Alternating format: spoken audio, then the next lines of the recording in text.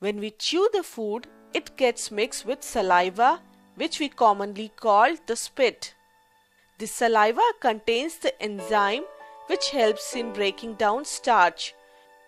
From the mouth, the food travels through the long pipe-like esophagus and reaches the stomach. The stomach is a thick-walled bag. The inner walls also secrete digestive juice which help in the digestion. The partially digested food from the stomach moves into the small intestine.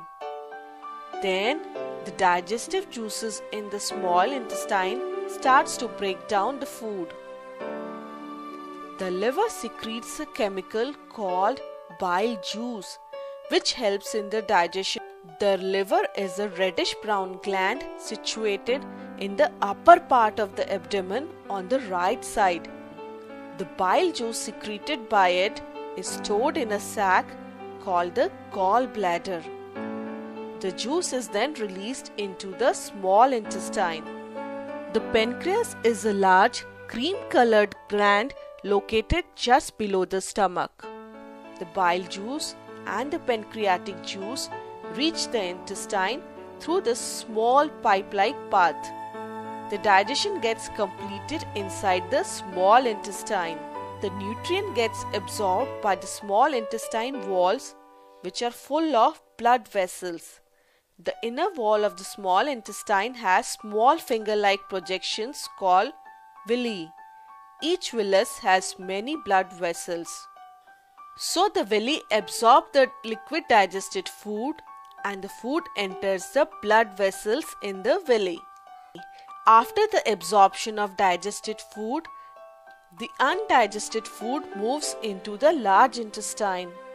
The large intestine absorbs the water from it. After the absorption of water, the undigested food becomes semi-solid and gets stored in a sac-like part at the end of the large intestine, which is called rectum. This undigested semi-liquid food is called the feces or the stool. The fecal matter is removed through the anus from time to time.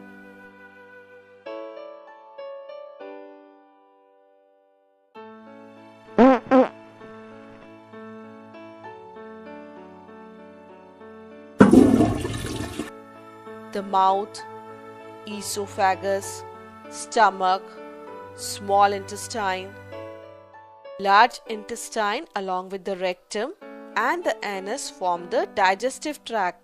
So the digestive tract and the associated glands, the liver and the pancreas together constitute the digestive system.